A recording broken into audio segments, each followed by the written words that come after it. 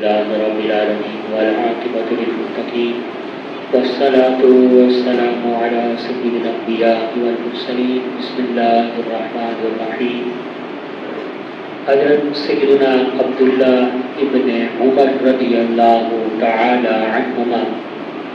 اللہ کے محبوب صلی اللہ تعالی علیہ وبارک وسلم سے روایت فرماتے ہیں، سرکار نے ارشاد فرمایا، رحم اللہ امرأً صلی قبل العصر اربعا، اللہ اس آدمی پر رحم فرمائے، اللہ اس آدمی پر رحم فرمائے جو عصر کے فرض سے پہلے 4 رکعت پڑھتا ہے۔ سامعین احتشام،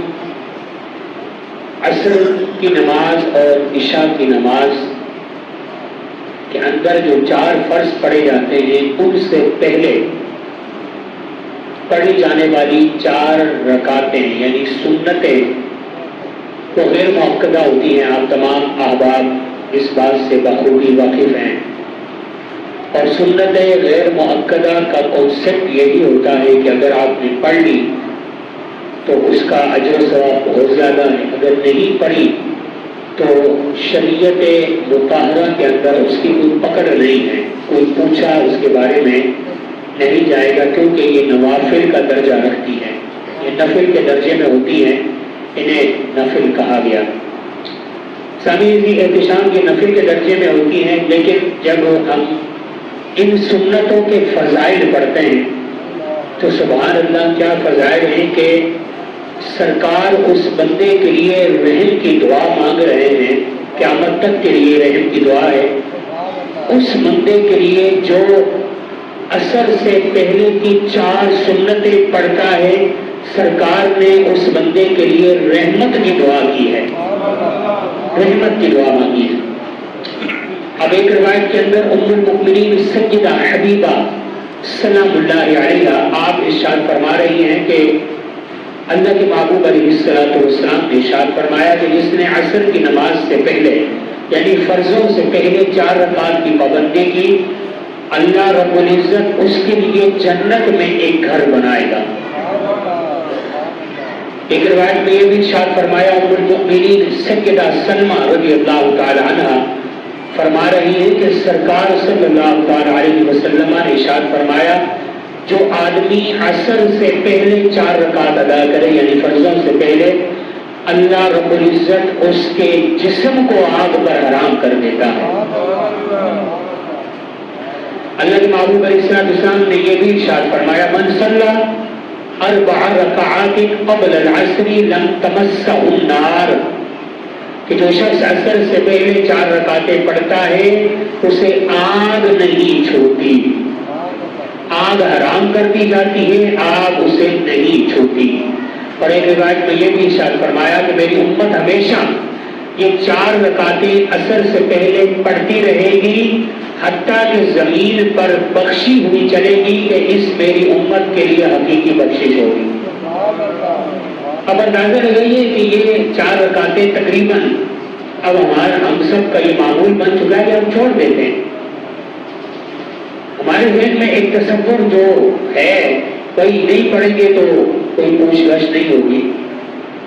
لیکن سامعین سے احتشام، جب انسان نماز کے لیے آئے وقت ہو تو پڑھا کریں، ہے تو نوافل کے درجے میں، شریعت نے اس پر پابندی کا حکم نہیں دیا، کوئی سختی بھی نہیں کی کہ سنت کے درجے میں ہو، نہیں، ایسا تو نہیں، یہ غیر مؤکدہ ہے، لیکن اس کے فضائل دیکھیں حدیث مبارکہ کے اندر اتنے زیادہ ہیں کہ اس کی حد نہیں۔ جنت کا بھی ذکر کیا جا رہا ہے، آگ کے حرام ہونے کا بھی ذکر موجود ہے، رحمت کی دعا کا ذکر بھی موجود ہے، اور یہ بھی ہے کہ حقیقی بخشش میری امت جب تک پڑھتی رہے گی اس کے لیے حقیقی بخشش ہے ایک روئے زمین پر۔ تو کتنے فضائل ہیں، تو ہمیں یہ کرنا چاہیے کہ ہم یہ جو 4 رکعتیں ہیں ان کو حاصل کرنے کی کوشش کریں، تاکہ اللہ رب العزت کے حکم سے، اس کے محبوب علیہ السلام کے تصدق سے یہ جو 4 رکعتوں کے فضائل ہیں، یہ جو اجر و ثواب ہے، جو انعام کی بارشیں ہیں، وہ ہم لوٹ سکیں، وہ ہمیں نصیب ہو سکے، ہمیں یہ چیزیں مل سکیں۔ ہم ان چیزوں کو پا سکیں. میں نے آپ سے ذکر کیا کہ اسلام کے اندر آپ دیکھیں گے کہ ہر مقام پر جب انسان نیکیاں کرتا ہے، مجھے زمانے سے بھی ہو، تو اللہ تبارک و تعالیٰ نے ان نیکیوں پر بے شمار اجر و ثواب رکھا، بے انتہا اجر و ثواب رکھا، ثواب کا ذخیرہ موجود ہے. لیکن بات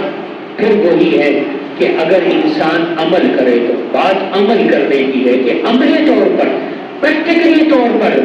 انسان جو ہے وہ مسلمان بنے، صرف دکھاوے کا نہ بنے، صرف جو ہے وہ زبان کا نہ بنے، بلکہ کیا بنے؟ عملی طور پر مسلمان بنے. کیونکہ قرآن کا مطالعہ کرنے سے یہ بات پتہ چلتی ہے، جہاں بھی اللہ رب العزت نے ایمان والوں کا ذکر کیا تو فوراً یہ بھی ارشاد فرمایا وَعَمِلُوا الصَّالِحَاتِ، ان کی کوالٹی یہ ہے کہ وہ نیک عمل کرتے ہیں. وہ بولتے نہیں ہیں، وہ صرف زبان سے نہیں بولتے، وہ کر کے بھی دکھاتے ہیں. اور اللہ رب العزت کو وہی لوگ پسند ہیں کہ جو زبان سے اقرار بھی کر رہے ہیں، دل سے اقرار بھی کر رہے ہیں اور کر کے بھی دکھاتے ہیں. ایمان والوں کی کوالٹی ہے کہ وہ کر کے دکھاتے ہیں کہ نماز کا حکم دیا گیا، نماز کے لیے صدا بلند ہو گئی، فوراً آ گئے اللہ کی بارگاہ میں. نیکی کا ارادہ کیا تو نیکی کی بھی، تو کر کے دکھانا ہوتا ہے، صرف بولنا نہیں ہوتا. آج صرف ہم بول تو رہے ہوتے ہیں لیکن کر کے نہیں دکھاتے. تو اسلام جو ہے وہ پریکٹیکل مانگتا ہے، اسلام تقاضا کرتا ہے کہ آپ پریکٹیکل کر کے دکھاؤ اللہ کی بارگاہ میں. تو سامنے اسی احتشام کوشش کیا کریں. غلط بات ہے کہ وقت کی قلت کے باعث اگر آپ کسی وجہ سے نہیں پڑھ پائے اور آپ فرضوں میں پہنچ گئے وہ ایک الگ بات ہے، لیکن کوشش کریں. زبردستی اسلام نہیں کرتا، لیکن کوشش کریں تاکہ یہ جو فضائل ہیں، یہ جو مناقب ذکر کیے گئے یہ ہم حاصل کر سکیں. اللہ کی بارگاہ میں دعا ہے کہ اللہ تبارک و تعالی ہمیں ان فضائل کو لوٹنے کی توفیق عطا فرمائے.